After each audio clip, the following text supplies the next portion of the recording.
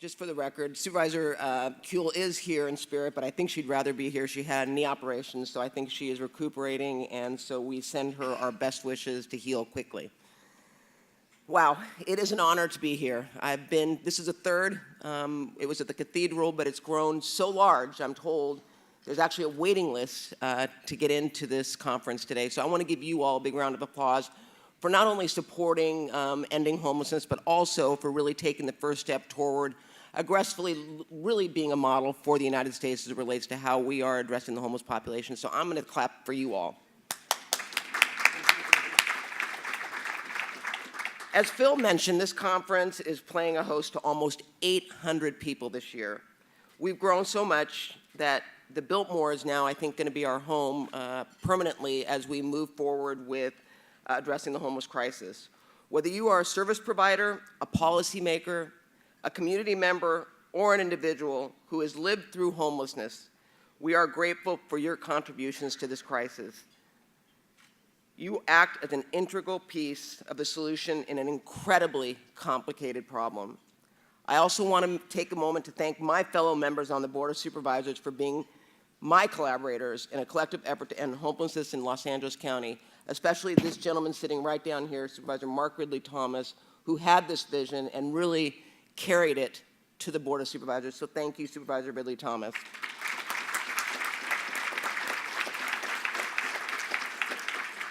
I am proud to work alongside colleagues that ensure that we continue to implement our strategies funded by Measure H with fidelity and accountability. I want to highlight the work that Phil has done with the Homeless Initiative and all that he's accomplished. Phil, where are you? Right there. Yeah.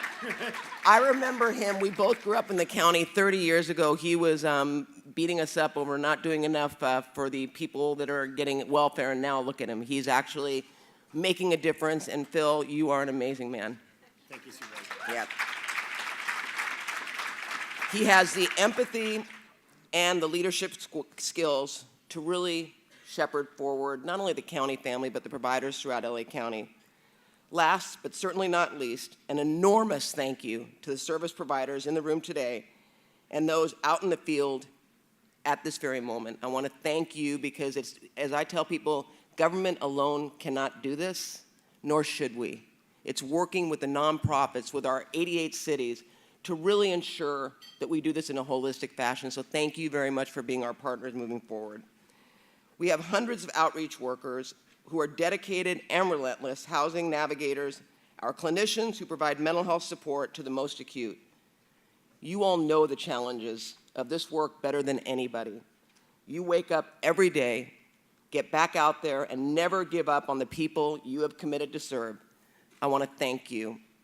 There is so much to celebrate about what we've accomplished since the inception of Measure H. We now have a robust, coordinated entry system that is working to facilitate housing placements and provide supportive services to some of the most vulnerable residents in our county. Measure H has helped almost 10,000 individuals and family members secure permanent housing. More than 18,000 people have entered some form of crisis bridge or interim housing thanks to these resources. These accomplishments are absolutely worth noting, but I want to emphasize that we have a long road ahead of us. We must focus on unemployment as a critical tool to end homelessness for many individuals in our county. Although we have made great strides in connecting individuals to benefits through Measure H-funded strategies, we know that there are a large segment of the homeless population who simply need a hand up and want to reconnect to jobs and to housing. In 2018, 10,000 people fell into homelessness for the first time. 46% of the individuals said it was due to the loss of employment or a financial crisis. Paths to gainful employment for those living on the streets or in their vehicles is essential to ending the cycle of homelessness for good. On the other hand, there are individuals who are the most visible in their experience of homelessness. They are suffering mental illness. And as I tell people, if we do not address the homeless mentally ill on the street, in 8 years when Measure H disappears, the people that supported it are going to wonder what we did with that money.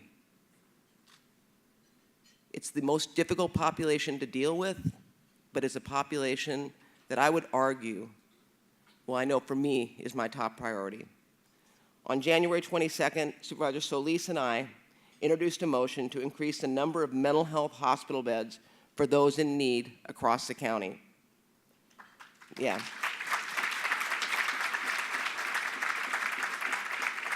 And when people say to me, are we going to go back to the days where you institutionalized, I say no. Medicine has come a long way. Not only are we looking at the hospital beds, but we're also looking at step-down beds, so that when we stabilize these individuals, we provide them with housing and resources so they don't end up back on the street. Right now, what you have, and if you talk to law enforcement, I know there's some law enforcement in the room, it is a revolving door.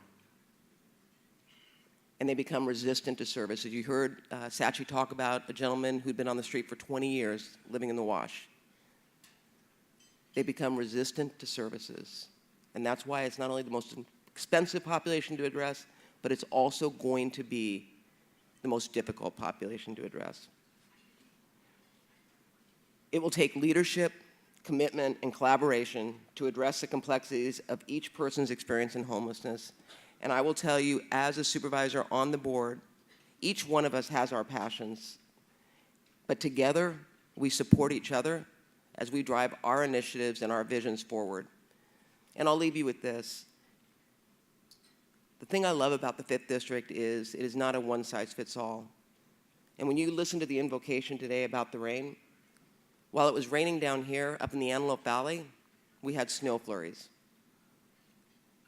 We had our homeless shelters full to capacity, freezing outside.